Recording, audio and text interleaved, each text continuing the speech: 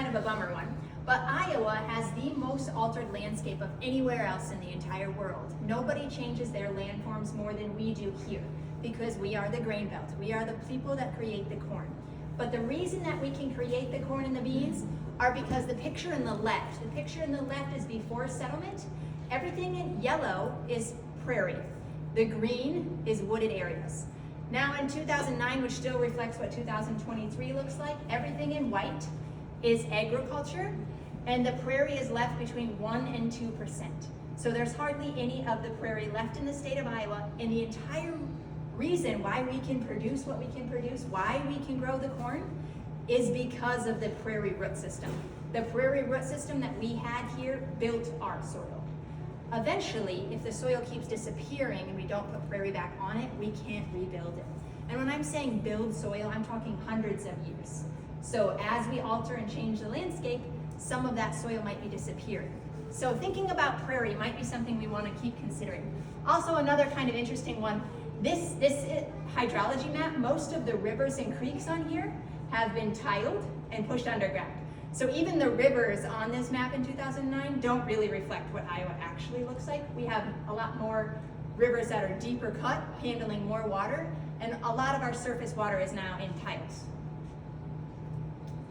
So I'm from Dubuque County, so that's where I live now, and I work for the Dubuque County Conservation Board. So the map on the right is Dubuque.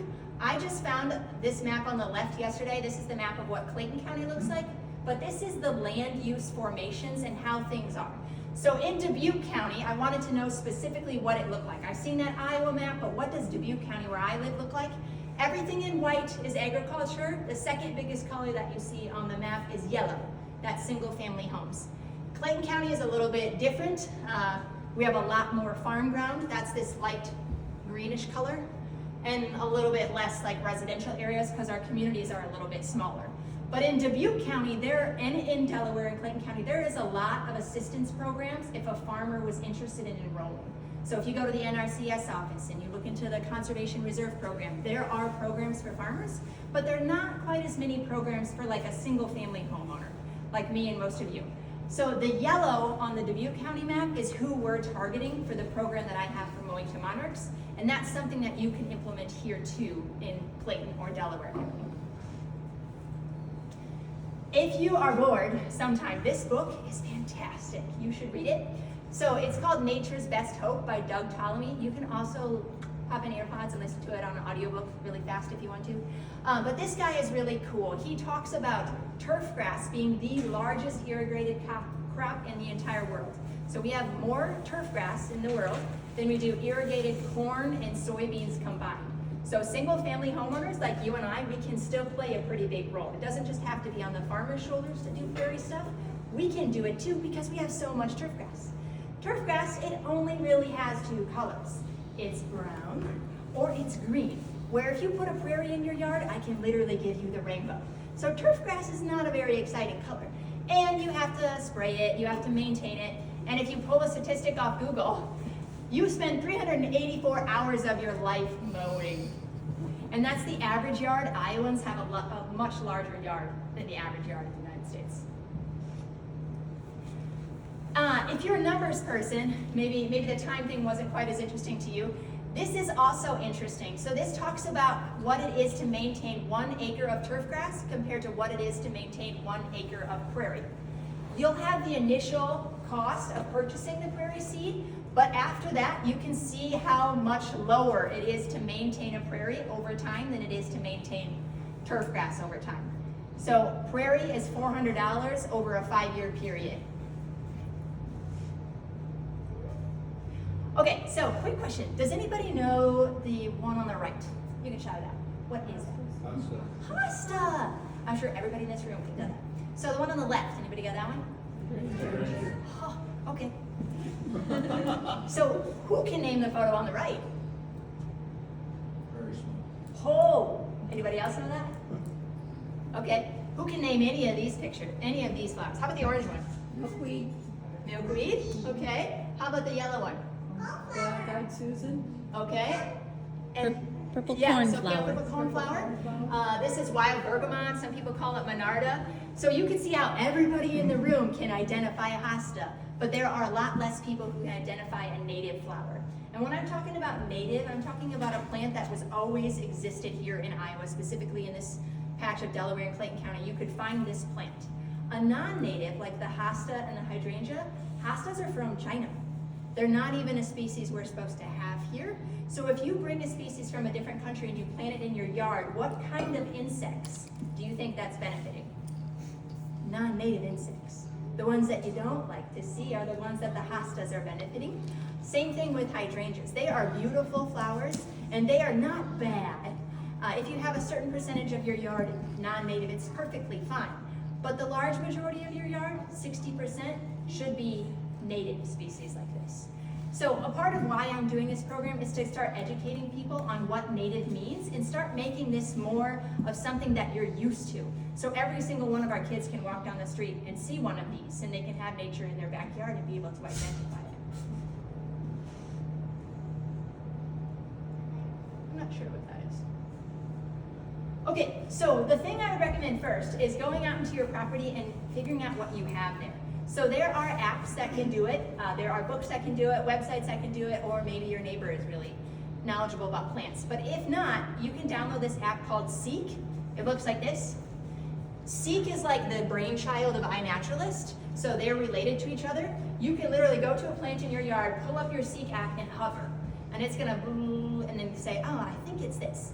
I'm not gonna say that this is always right. I would never use this for foraging and go eat a mushroom, even if they tell you it's a morel. I wouldn't bank on it, but it's gonna get you pretty close on most things.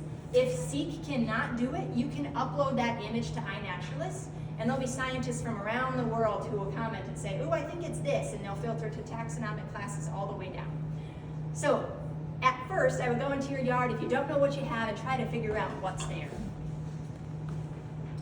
So after you figure out what's there, try to figure out what you want to do with your property. So maybe the water pools over here. Maybe my kids like to do the slip and slide or go sledding here. Maybe my dog poops over here. Try to figure out how your yard is being used so you can find the best possible spot to put a native planting.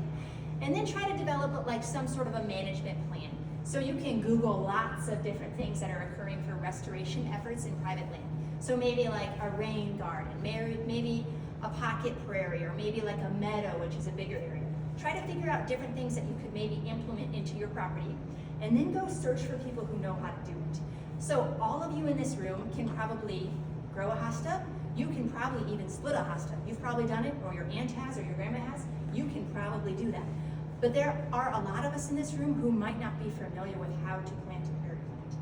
So if you want to have success, unfortunately, it's not a thing that is common knowledge in most spheres. So go try to find a program that's already in existence that can help coach you through this process enough to get your feet wet. So the NRCS office, the conservation offices in Clayton County and Delaware County, the DNR, the Fish and Wildlife Service, they all have programs. And there's programs in place that will pay you to do this sort of stuff. So my program in particular that pays you to do it in Dubuque County is called Mowing to Monarchs. I have talked to Clayton County, and I will try to talk to Delaware County too, about replicating something like this in these counties. In Clayton County, they were really excited about it and are going to try to figure out a way to pursue it. So maybe, just maybe in a year or two, you'll be able to do it here for free as well. In Dubuque County, what we do is we basically provide landowners those resources and tools to convert a section of their turf grass over to pollinator habitat. So the top photo, these are my participants, their last names are the Parks, they're really cool. So the top photo around those brick areas, that is what the pocket prairie looked like the first year. So when I say pocket prairie, it's because I gave them a prairie plant that literally looked like a tomato plug that you could get from the store. That's what it looks like. I gave them native flowering grasses and flowers in plugs, and they planted them. So year one, they all look like babies. It doesn't look super promising. But then you can see year two how much fuller it looks like. So we call these pocket prairies because they're small. They're a little pocket of prairie in an urban setting. So when most people think native, they think weed patch, they think it looks super aggressive and floppy, and most people don't like the look of it. That's not the case for these pocket prairies because of the particular plants that I chose. So they're kind of molded out in a way that they don't get super aggressive because we want them to look appealing in an urban setting. So they're not gonna get tall like a 6-foot compass plant and fall over in the wind. And it's growing so well that it's not gonna need to be weeded because it's a pocket of prairie. So you could weed it like an ornamental garden and have each single plant. That's totally fine. Or you could let it act like a prairie and outcompete everything else that's there. And that's what they're choosing to do. So the part that I'm super excited about, because remember that map I showed you at the beginning and how different Iowa looks and how much white was in Dubuque County? These dots are pocket prairies. So the pink dots was year 1, the light blue dots was year 2, and the dark blue dots was year 3. So it is spreading. So yes, it's a small pocket of prairie. And when I'm talking small, it's 130 square feet. So you really don't have to give up much of your yard to have benefit to pollinators. So I have people in Dubuque who planted it on year 1, and then they walked over and talked to their neighbors. And all of a sudden their neighbors are excited. And all of a sudden their grandkid across the street has caught 30 monarchs and tagged them, and they're excited. So it's growing in neighborhoods, and it's starting to create these little corridors. So it's no longer just a pocket in a neighborhood, it's a corridor, it's veins going through the county. So it's starting to spread.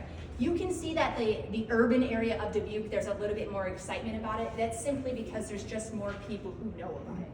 Rural communities are sometimes a little harder to get in one place at one time to talk to them about these programs.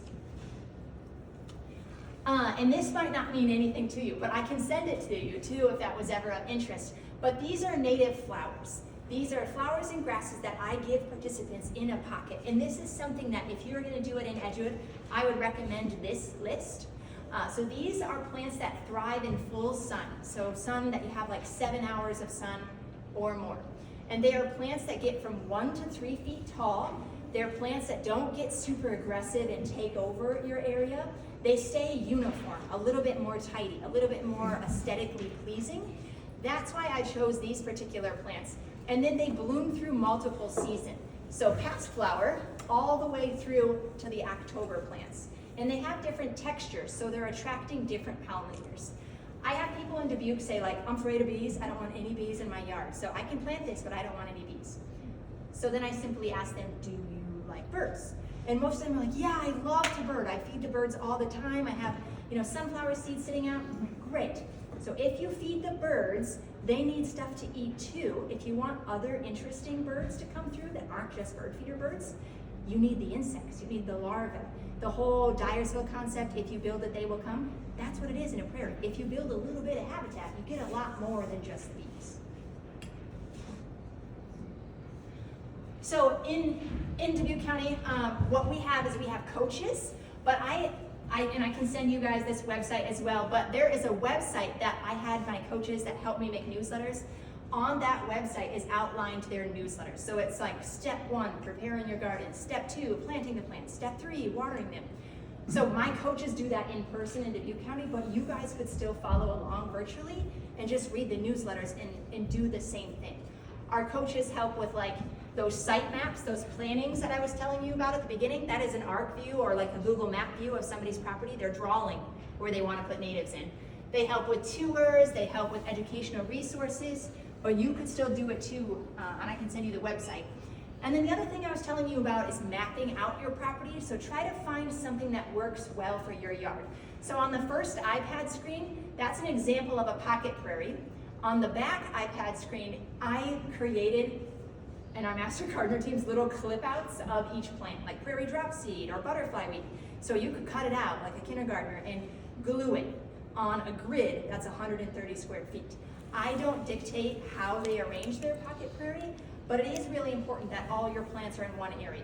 So don't like put a butterfly weed all here by itself and then put the other 20 plugs over here and one over here, because birds and bees and butterflies, they like to go to a congregated area. So if you can overwhelm them with a mass of color, planting them in groupings of 3, that's gonna give you a lot more bang for the buck for the pollinators. I also, I have my gardeners crowd the plants. If you read up on like Prairie Moon or Prairie Nursery, they will tell you to put it like 3 square feet apart, every plug. You can do that, that's great. But I also encourage you to do it closer because then the plants compete more and there's less opportunity for spacing for weeds to come up. I am a parent of 2 tiny children. I wish I had more time to make things look a lot prettier. I don't. So I'm looking for things that are kind of being self-sufficient. And if you crowd it a little bit closer, your prairie becomes a prairie a little bit faster and you don't have to do as much weeding. There are all sorts of designs, if you guys were curious. If you go to Wild Ones, you can click on the Chicago design or the Minneapolis design. That's the closest designs that we have. But you can pull up a design for a property and see what their suggestions are. Like, what kind of shrub should I plant? What kind of trees should I put in here? So you can go onto a Wild Ones chapter and find those information as well. And I can send you this too if you want that. So before, when I said I don't really care what shape it is, it just has to be 130 square feet. So the gardener on the left had very little experience with native plants, so that you can see they marked each individual plant and it's labeled. And then they put a fence around it because there is no such thing as a rabbit or deer-proof plant. Maybe a hosta, but sometimes deer eat those. So on the one on the right, it was somebody who had lots of experience with natives, and they literally curb stamped their pocket prairie in. So again, your perception of native, it was probably that they're big and floppy and they kind of look ugly. These don't. They're very intentional. They have a very clear edge.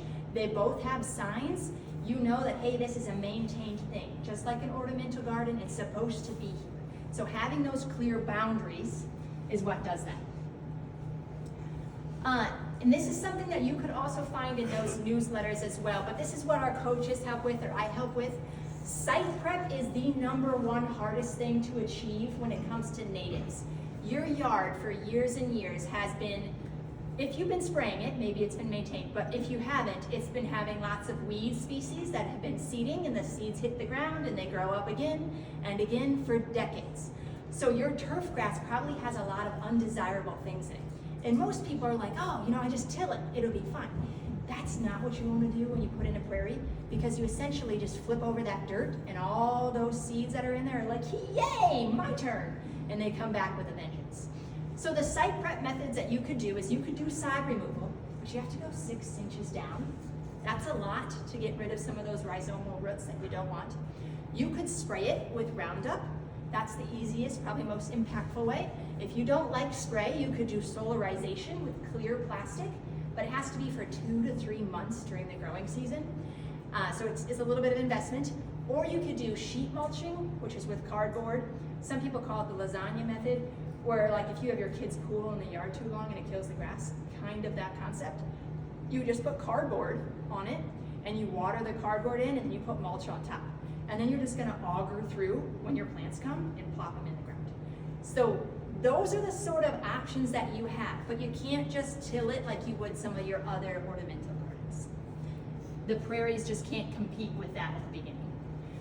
So when I was saying that they kind of look like tomato plants, this is it right here. So when I get plants at the Nature Center, I get 9,000 plugs. So like this room would be full. It's like a greenhouse for a little bit. And they're small, but native species are pretty spendy, so that's what they come in, and it's easy to identify them as opposed to giving you a bunch of seeds. And then when I was telling you before about the auger, so I have a cordless drill, and I'm not great at like size, but maybe it's like 6 inches. You just put it on your cordless drill and you can punch right through the cardboard if you chose that method, or if you chose another method, the drill just works really good. Because when you get these plants, and if you're going 130 square feet, it's 80 plugs. That's a lot with a tiny spade shovel. These augers make pretty quick work of it. And then you want to mulch it in. So just like a tree, you'd want to do the donut thing. If you mound it around your prairie plant, moisture gets in there and it can stay in there, and you can increase like fungal diseases and stuff, or bad watering techniques. So the donut sort of concept is what you're looking for, just like you would do for a tree. And then native plants so again, they're plants that are always found here. They're drought resistant. They can usually take a beating from salt and still be okay because they have these huge root systems. But the kicker is you don't just want to throw your sprinkler on every few days like you would some of these ornamental garden plants, because you'll kill them. There is such a thing as over-watering, and that's the hardest thing when it comes to maintaining these, is just not watering just every so often like you do some of your other plants. So if you stick your finger in the soil, and if it comes like 2 or 3 inches, And if you pull it back out and stuff is sticking to it, you don't need to water. So the finger test, or like a bamboo skewer, is what you want to do to see if your garden needs moisture or not. So last year and the year before were a drought. So my new planters who planted a pocket prairie last year watered their garden 3 times.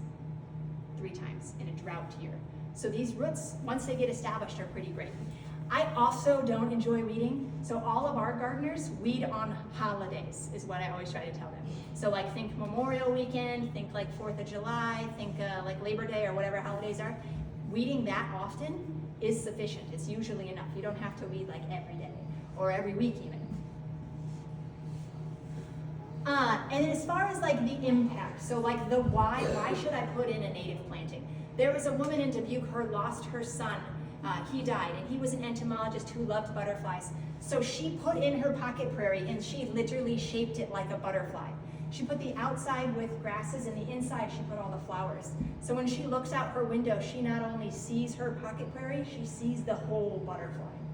So there are people in Dubuque who are doing some really interesting things with their pocket prairies. And then there's this lady, her name is Janet. So that's her pocket prairie year 1, so it wasn't super full yet. Her pocket prairie year 2 looked great, and she was so excited about it that she's solarizing an additional chunk to continue adding more natives into her yard.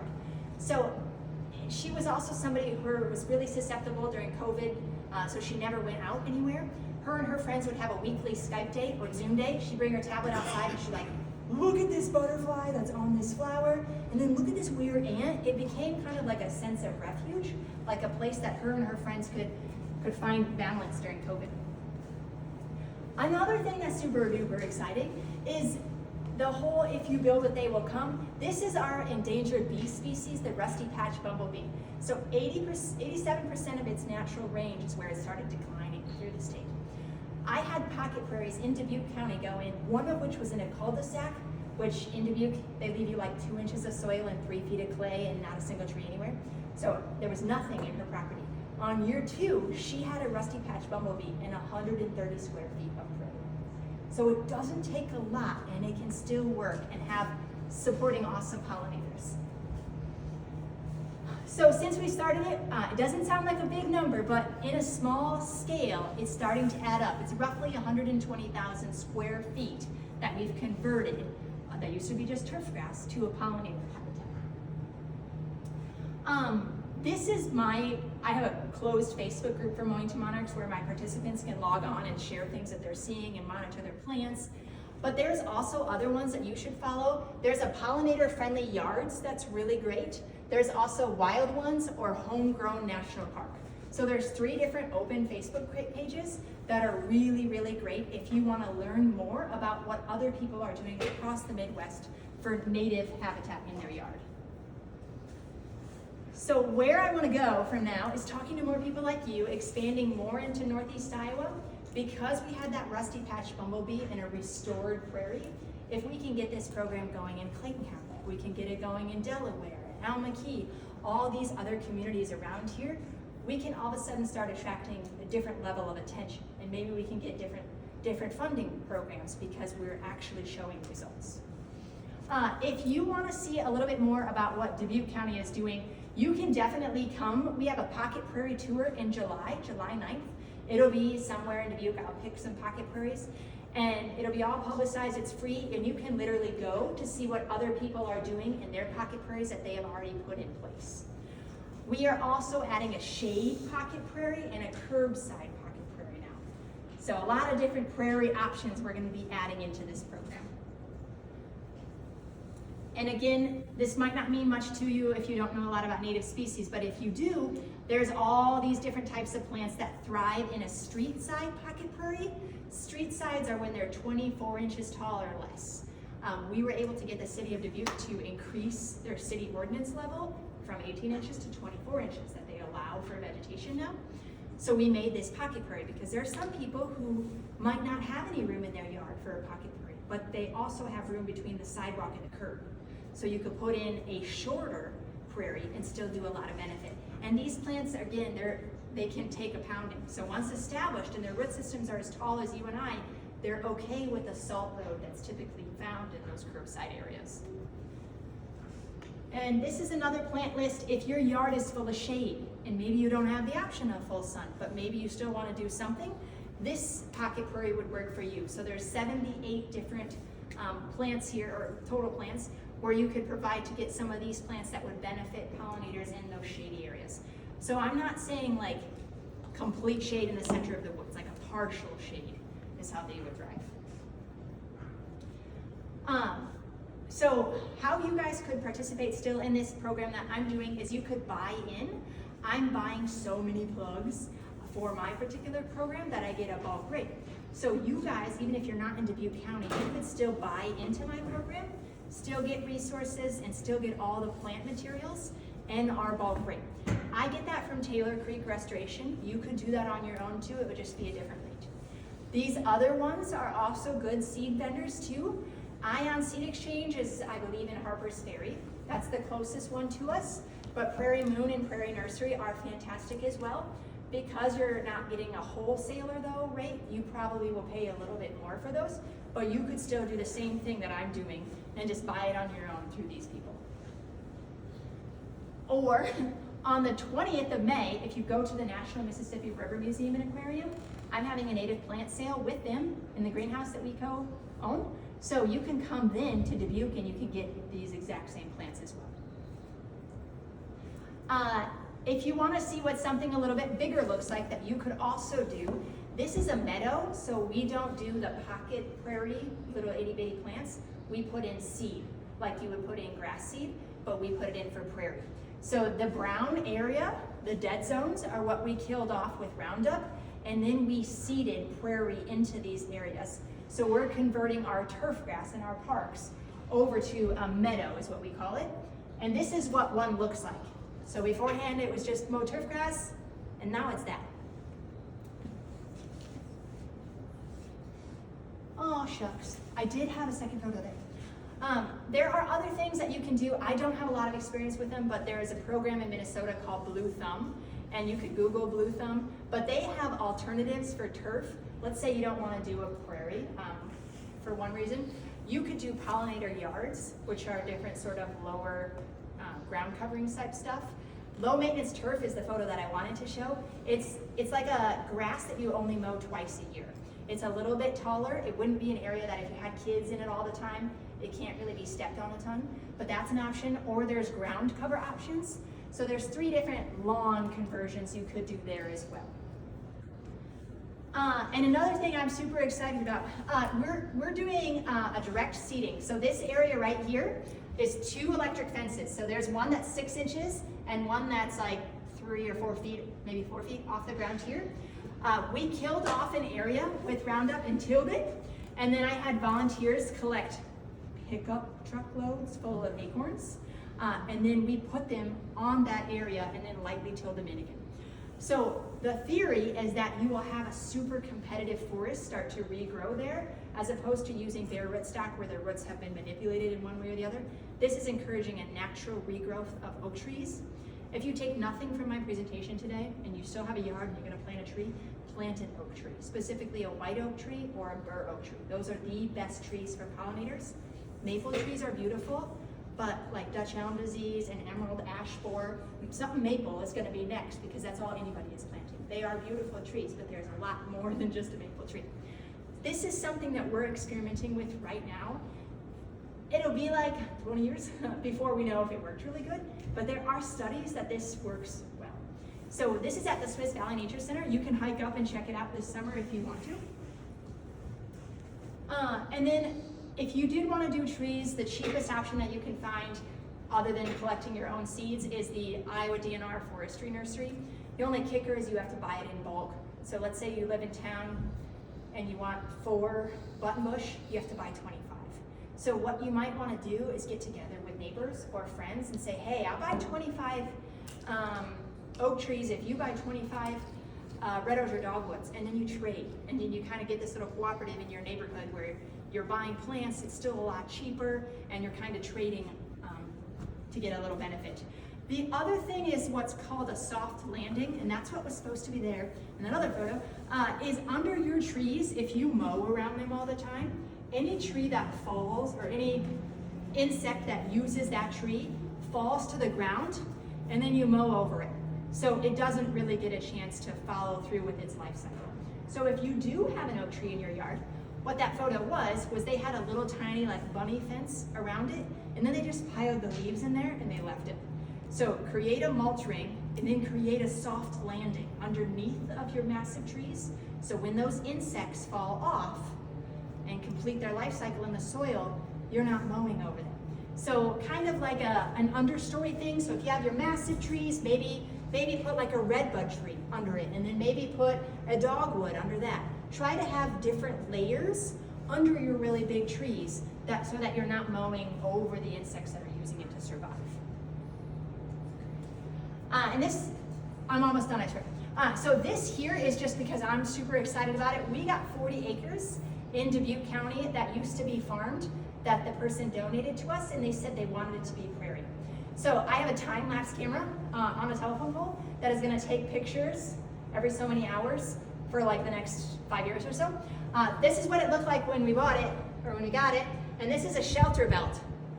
So right here is where we put in a bunch of native tree species that are gonna try to hold in the soil.